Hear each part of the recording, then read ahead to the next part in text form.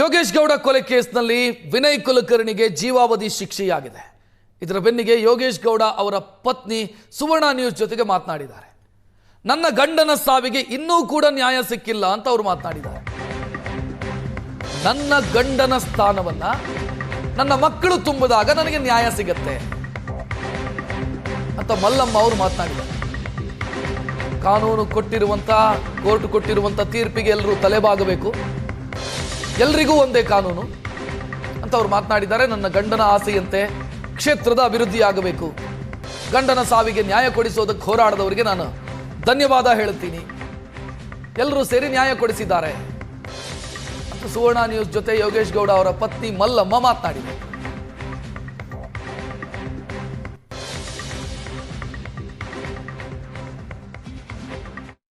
ವಿನಯ್ ಕುಲಕರ್ಣಿ ಮತ್ತು 16 ಜನ ಆರೋಪಿಗಳಿಗೆ ಸದ್ಯ ಜೀವಾವಧಿ ಶಿಕ್ಷೆ ಆಗಿರುವಂಥದ್ದು. ಸೊ ಇದ್ರ ಬಗ್ಗೆ ಮಾತಾಡಲಿಕ್ಕೆ ನಮ್ಮ ಜೊತೆಗೆ ಯೋಗೇಶ್ ಗೌಡ ಅವರ ಪತ್ನಿ ಮಲ್ಲಮ್ಮ ಅವರಿದ್ದಾರೆ. ಅವ್ರನ್ನ ಕೇಳೋಣ, ಅವ್ರೇನು ಹೇಳ್ತಾರೆ ಅಂತ. ಮೇಡಮ್, ಈಗ 10 ವರ್ಷದಿಂದ ನಿಮ್ಮ ಯಜಮಾನರಿಗೆ ನ್ಯಾಯ ಸಿಕ್ಕಿರಲಿಲ್ಲ, ಈಗ ಕೋರ್ಟ್ ಮುಖಾಂತರ ನ್ಯಾಯ ಸಿಕ್ಕಿದೆ. ಫಸ್ಟ್ ರಿಯಾಕ್ಷನ್ ನಿಮ್ಮದು ಏನು ಮಾತಾಡ್ತಾರೆ? ಫಸ್ಟ್ ರಿಯಾಕ್ಷನ್ ಅನ್ನೋಕ್ಕೇನಿಲ್ಲ ಸರ್. ನನಗೆ ನ್ಯಾಯಾಲಯ ಏನು ತೀರ್ಪು ತೊಗೊಂಡೈತಿ ಅದಕ್ಕೂ ಕೂಡ ನಾನು ತಲೆಬಾಗೇನಿ. ನನ್ನ ಕ್ಷೇತ್ರ ಜನ ಖುಷಿಪಟ್ಟರು, ನಾನು ಖುಷಿ ಪಡ್ತೀನಿ. ಆಮೇಲೆ ನಾವು ಇನ್ನೂ ಸಂತೋಷ ಅಂತೂ ನಮಗಿನ್ನೂ ಸಿಕ್ಕಿಲ್ಲ. ಸಂತೋಷ ಸಿಗಬೇಕಾದ್ರೆ ಕ್ಷೇತ್ರ ನನ್ನ ಮಗ ಮುಂದೆ ಬೆಳೆದು ನನ್ನ ಮಗ ಕ್ಷೇತ್ರ ಎತ್ತಿಡಬೇಕು, ಕ್ಷೇತ್ರ ಜನ ನನ್ನ ಮಗನ ಎತ್ತಿಡಬೇಕು, ನನ್ನ ಗಂಡನ ಆಸೆ ಎಲ್ಲ ಕ್ಷೇತ್ರ ಜನ ಪೂರ ಮಾಡ್ಬೇಕು. ಆವಾಗ ನಾವು ಅದ್ರ ಬಗ್ಗೆ ಆದರೆ ನನ್ನ ಗಂಡನ ನೋವಂತೂ ನಮಗೆ ಯಾವತ್ತೂ ಮರೆಯೋಕ್ಕಾಗಿಲ್ಲ, ಮರಿದೂ ಇಲ್ಲ.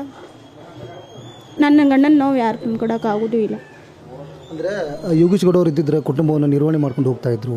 ಅವ್ರು ಇಲ್ಲದ 10 ವರ್ಷದಿಂದ ನಿಮ್ಮ ಫೈನಾನ್ಸಲ್ಲಿ ಏನೆಲ್ಲ ಸಮಸ್ಯೆಗಳಾಗಿದಾವೆ ಅಂತ. ಯಾಕಂತಂದ್ರೆ ಮಕ್ಕಳ ಎಜುಕೇಷನ್ ಆಗಿರ್ಬೋದು, ಮನೆ ಕುಟುಂಬ ನಡೆಸುವಂಥದ್ದಾಗಿರ್ಬೋದು.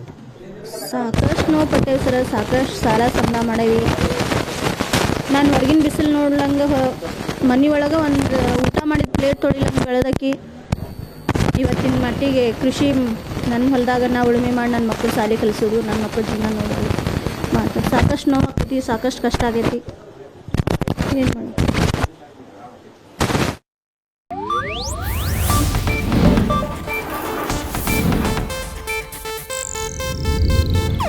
ಇದು ಏಷ್ಯಾನೆಟ್ ನ್ಯೂಸ್ ನೆಟ್ವರ್ಕ್ ಪ್ರಸ್ತುತಿ.